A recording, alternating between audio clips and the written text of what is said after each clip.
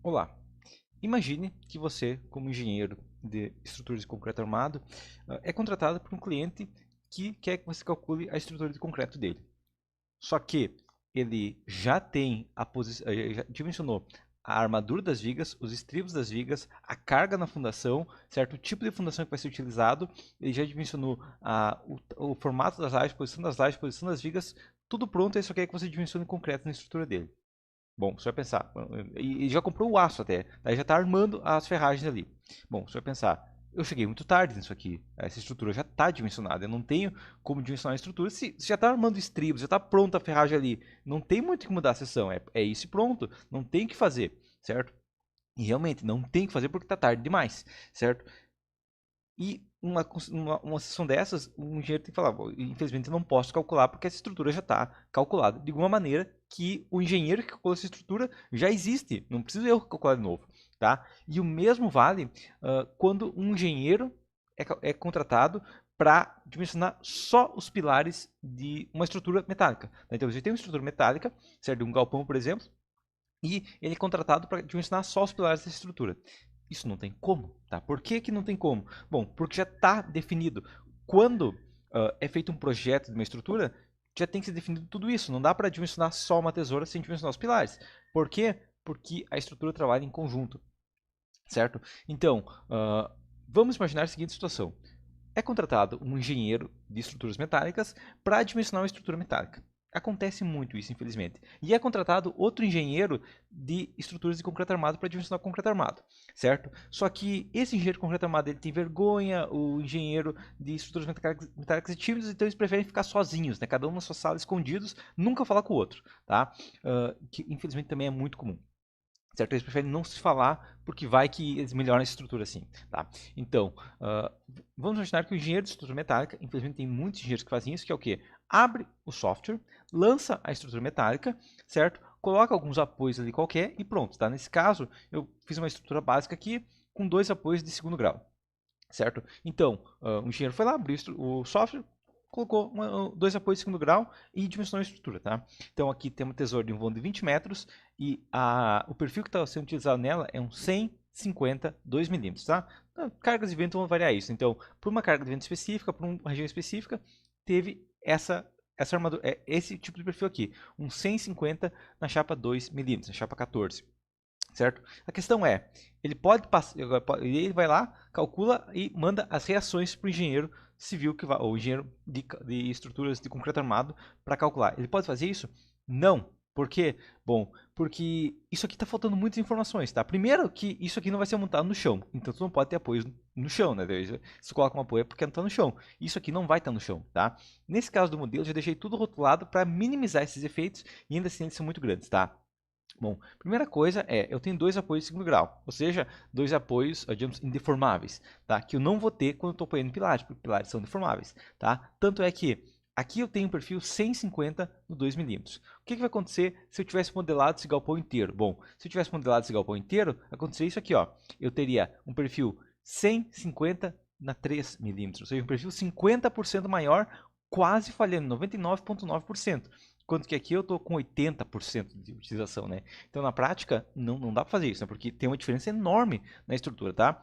E isso, imaginando que, bom, nesse caso, estou imaginando que, ao invés de estar apoiado num ponto rígido, está apoiado em um pilar de 20 por 50, tá? Então, no pilar 20 por 50, já, ao mesmo 20 por 50 é um pilar com uma inércia considerável, mas mesmo assim, já dá uma mudança considerável. Por quê? Bom, vamos olhar como que uma estrutura se deforma, certo? Então, aqui está a estrutura deformada básica, vamos olhar com o vento, tá? Então, com o vento, essa deformação aqui é bem similar, certo? Eu vejo que tem umas pequenas diferenças, né? Por exemplo, aqui tem uma deformação total da estrutura de 45 milímetros, aqui tem 40, tá? Então, ok, 5 milímetros de diferença, mas é 12%, 12,5%, não é uma diferença tão considerável, tá? Mas vamos olhar quando o vento bate na lateral dessa estrutura. O que vai acontecer? A gente vê esses efeitos bem diferenciados, principalmente aqui na ponta, certo? Onde aqui, por eu considerar um apoio rígido, não vai ter deformação, enquanto que aqui eu tenho uma deformação de 10 milímetros. Então é uma diferença bem considerável. E isso muda totalmente o comportamento de uma estrutura,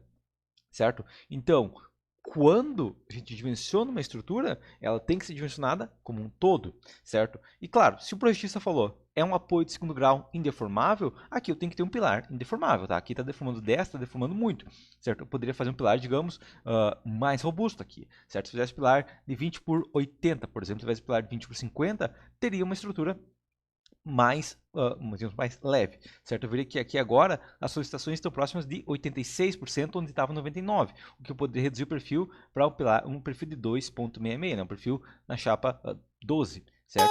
E calculando a estrutura novamente, ela vai passar com perfil na chapa 12 quando eu aumento o pilar, tá? Então, quando você pega uma estrutura de concreto armado para calcular, onde já tem as reações, qual pilar que o outro projetista considerou? Você sabe? Se você não sabe, você vai chutar? Você vai ir na sorte? Você vai considerar um pilar muito rígido e correr risco da obra cair? Ou você vai considerar um pilar pouco rígido e correr o risco de superdimensionar a estrutura? Superdimensionar é menos pior. É um problema ainda, né? Porque menos pior não existe, é um problema, né? Então, qualquer maneira você está, digamos, jogando ou dinheiro fora por colocar uma estrutura muito pesada, ou dinheiro fora por jogar um galpão fora, né? Porque ele vai cair, certo? Então, dois casos é um problema. Tá? Então, isso aqui é um problema grave. Tá? Agora, imagina que o engenheiro de estruturas metálicas calculou, vamos pensar que ele calculou para o pilar robusto, certo? Mas o pilar não ficou bem assim, ele ficou o contrário. Por exemplo, ao invés de ter um pilar, digamos, de 20 por 80, o projetista resolveu fazer um pilar embutido na parede de 50 por 20, que é um pilar relativamente rígido ainda, né? O que vai acontecer? Que aquele perfil que passaria na chapa 2.65, né, do chapa 12, agora falha, certo? E falha mesmo com a 3 milímetros, certo? Mesmo com a chapa 3 milímetros, ainda existe uma falha, certo? E mesmo numa chapa maior 3.35, aí começaria a passar, certo? Mas daí é uma chapa de um pouquinho mais difícil, é um pouco mais difícil de ser encontrado, porque é uma chapa fora do padrão, por exemplo, Gerdau, certo? Então acaba sendo um problema nisso aqui também, certo? Então, essa informação aqui é muito importante. Tá, mas sabendo isso então, talvez o problema seja de segundo grau e segundo grau, né? Porque eu poderia considerar, digamos, segundo grau de um lado e colocar um apoio de primeiro grau no outro. Daí não tem essas cargas laterais na estrutura. Bom, tecnicamente, realmente não tem. Só que o problema é o quê? Que colocando um apoio de segundo grau aqui, agora toda essa estrutura aqui vai falhar e precisa de um perfil mais robusto ainda. Certo? Então, 150 na chapa 3 milímetros passa aqui, mas falha aqui ainda, né? Então, agora a gente chega numa situação similar, tá? E com apoio de segundo grau de um lado e primeiro grau do outro, a gente chega numa estrutura similar comparada a um pilar de baixa inércia, tá? Tem isso. Mas a questão é, será que vai ter um pilar de baixa inércia ali ou vai ser um pilar de alta inércia? E será que essa situação sempre acontece da mesma maneira? Porque talvez não aconteça, dependendo do caso, pode ter uma solicitação diferente. Tá? E tudo isso aqui ainda, eu estou pensando numa estrutura rotulada, que pode não ser, pode haver uma estrutura engastada, certo? Então é outra coisa que pode mudar muito. Então, nesse caso agora, a gente tem uma espessura de 3.35 aqui, 3.35 aqui. Mas isso imaginando que o projetista da estrutura metálica chutou sem inércia nos apoios e o da estrutura de concreto chutou baixa inércia nos apoios, que aí baixa e nada não vai dar uma diferença tão considerável. Poderia acontecer outra coisa? Sim, poderia fazer uma coisa bem diferente. Por exemplo, um engenheiro de estrutura de concreto armado poderia fazer o pilar engastado, digamos, a estrutura engastada, certo? E aí, quando a gente trabalha com estrutura engastada, muda drasticamente o comportamento, certo? Então, agora com a estrutura engastada, vai mudar o comportamento dessa estrutura, certo? Calculando aqui agora novamente, certo? Com o pilar aqui, a estrutura começa a ser solicitada muito menos, tá? Tanto que aqui um perfil 2.25 passaria, bem próximo do 2 milímetros que o primeiro engenheiro estava considerando na estrutura metálica. Certo? Então, novamente, a gente vê perfis. Aqui começa a falhar no 2.25. Então, talvez um perfil. Ó, mas pontos totalmente diferentes falham, né? Aqui na parte de cima está falhando, né? Não na parte de baixo. Certo? Então, aqui teria que ser um perfil 265. O outro engenheiro poderia ter reforçado só o centro, quando na verdade a ponta seria necessária, dependendo de como é esses engastes. Tá? Então, aquela.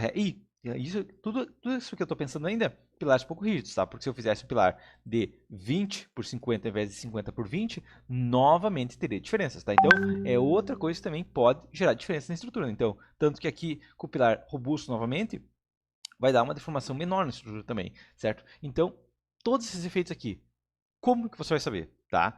Como que eu vou saber se a estrutura que o engenheiro calculou, a estrutura metálica calculou, está correta? Qual rigidez de apoio ele considerou? Eu posso considerar essa rigidez de apoio realmente na minha estrutura ou tenho que considerar uma rigidez de apoio diferente? Ele considerou qual vinculação ali?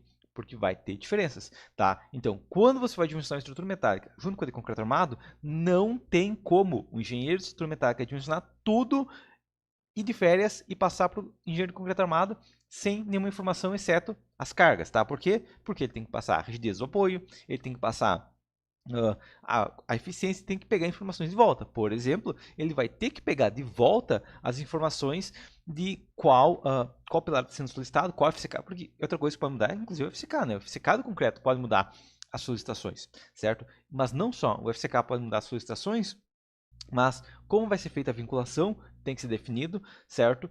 E também, por exemplo, aqui nesse caso, toda essa estrutura ainda, eu estou pensando só um galpão, por exemplo. Mas se houvesse um mezanino, seria a mesma coisa? Provavelmente não, né? Vou lançar teórico aqui, claro, não vou relançar toda a estrutura aqui, mas vamos imaginar que eu tenha, digamos, um mezanino de concreto aqui, certo? E esse mezanino, o engenheiro nem sabe que existe. O engenheiro de estrutura metálica não sabe, porque ele está calculando só a fundação, certo? Só a estrutura metálica, né? Então ele não sabe que esse mezanino aqui existe, certo? Consequentemente, é outra coisa que pode mudar na estrutura, tá? Então, agora com o mezanino na estrutura, vai acontecer o quê? Que aquele ponto que estava em 95%, agora tem 80%, tá? E agora eu poderia fazer um perfil de 2.25, então eu passaria na chapa 13, onde alguma coisa que no modelo estaria passando na chapa 10, tá? Então, num dimensionamento onde dois engenheiros estão trabalhando separados, não tem engenheiros trabalhando separados, tá? Tem dois malucos calculando qualquer coisa que eles não sabem nem o que é, tá? Na prática, dimensionamento de estruturas,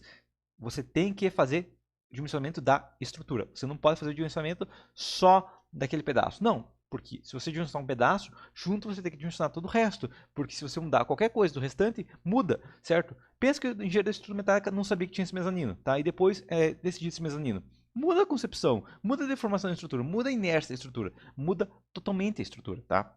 Então, não tem como modelar pedaço, não tem como modelar um retalho da estrutura, tá? Se você tentar modelar um retalho da estrutura, vai dar erro, tá? A única maneira que teria para gerar uma estrutura seria o quê? O engenheiro da estrutura metálica calcular junto com o pilar, certo? Então, o engenheiro da estrutura metálica poderia fazer essa concepção e passar as envoltórias para o engenheiro de concreto armado, para ele apenas rodar o cálculo, mas não fazer uma concepção, não determinar a seção, não modificar nada, certo? Aí funciona, tá? Mas caso contrário, é maluquice, certo? Para piorar, vamos imaginar terceiro caso, tá? Porque também é uma coisa que infelizmente acontece. Um engenheiro calcula a estrutura metálica, outro engenheiro calcula o concreto armado e outro engenheiro calcula a fundação, tá? Pode acontecer? Sim, também acontece. Na fundação, geralmente também ele recebe as cargas, né? Mas pode acontecer dele simplesmente gerar uma estrutura fora do que tinha sido pensado, tá? Então, o que vai acontecer? Vamos imaginar que se mantém aqui nesse perfil 2.66, certo? Perfil no chapa 12.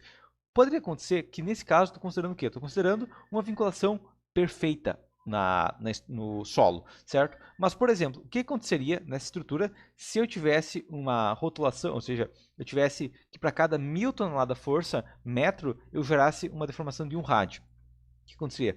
Mudaria a concepção, tá? Então, o que vai acontecer? Que a estrutura metálica começou a falhar porque o engenheiro de fundação tirou uma fundação um pouquinho menos rígida, tá? Então, novamente, é um problema, tá? O engenheiro da estrutura metálica já tem que saber qual que vai ser a rigidez da fundação, porque se ele não souber, ele vai estar chutando errado, certo? Ele não vai estar chutando corretamente e, consequentemente, ele não vai estar dimensionando, tá? Porque isso é um dimensionamento, não é um chute, que nem um chute, quanto um valor genérico, não, é um valor, a quantidade tem uma pessoa, não. É um chute que, se der errado, pode falhar a estrutura e pode morrer uma pessoa, tá? E aqui eu estou falando uma rigidez relativamente considerável ainda, mas o que aconteceria se ao invés de 1000 toneladas força metro por rádio, ele tivesse considerado, sei lá, 200 toneladas força metro por rádio? Se eu tivesse considerado 200 toneladas força por rádio na fundação, o que aconteceria com a estrutura metálica?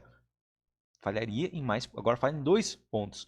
E aqui, onde estaria passando com 2.66, agora precisa de um perfil de 4.75. É uma solicitação muito maior. E a diagonal também está falhando, tem outros pontos falhando, então muda completamente. Inclusive agora que eu mudei a inércia, provavelmente vai ter, ó, então aqui ainda permaneceu, né? Mas poderia ter outros pontos que apareceram essa falha, beleza? Então, não se faz dimensionamento de um retalho, tá? Por quê? Porque seu cliente não está comprando um retalho, ele está comprando uma obra inteira, ele está montando uma obra inteira, ele vai fazer uma obra inteira, ele quer que uma obra inteira funcione, ela funciona como um time, certo? Então, ela tem que ser dimensionada como um time e não cada um no seu canto separado, porque aí não funciona, beleza? Basicamente seria isso. Faça o dimensionamento em grupo, tá? Se o engenheiro de estruturas metálicas passou para você uma reação, liga para ele e pergunta. A maioria dos países aí, a maioria do país já tem telefone, certo? E todo mundo que está me assistindo já tem acesso à internet, então você pode ligar para ele ou mandar uma mensagem ou mandar um e-mail perguntando qual é a deformação, qual a vinculação, qual as reações, qual a seção de pilar que você considerou na minha estrutura que você quer que eu calcule só um pedaço. Você precisa passar essas informações, porque se você não passar, eu não consigo calcular. E da mesma maneira, se você é um engenheiro de estruturas metálicas, você tem que falar com o engenheiro de concreto armado. Ó, eu calculei essa estrutura baseado no pilar com essa inércia, certo? Baseado no fato que não vai ter um mezanino, ou que vai ter um mezanino e as vigas estão próximas dessa inércia. Se você mudar 5% da seção, beleza, então se o pilar tinha 20 por 40, você fez 19 por 40, ok. Mas se era o pilar 20 por 40, você fez ele 40 por 20, a gente vai ter um problema, não vai funcionar. Você tem que me avisar, a gente tem que trabalhar junto, dimensionar a estrutura junto, porque senão ela não vai funcionar da maneira que o nosso cliente quer. Se ela não funcionar da maneira que o nosso cliente quer, essa obra vai para o buraco junto com as nossos dois CREAs, certo? E aí é um problema, beleza? Então até a próxima.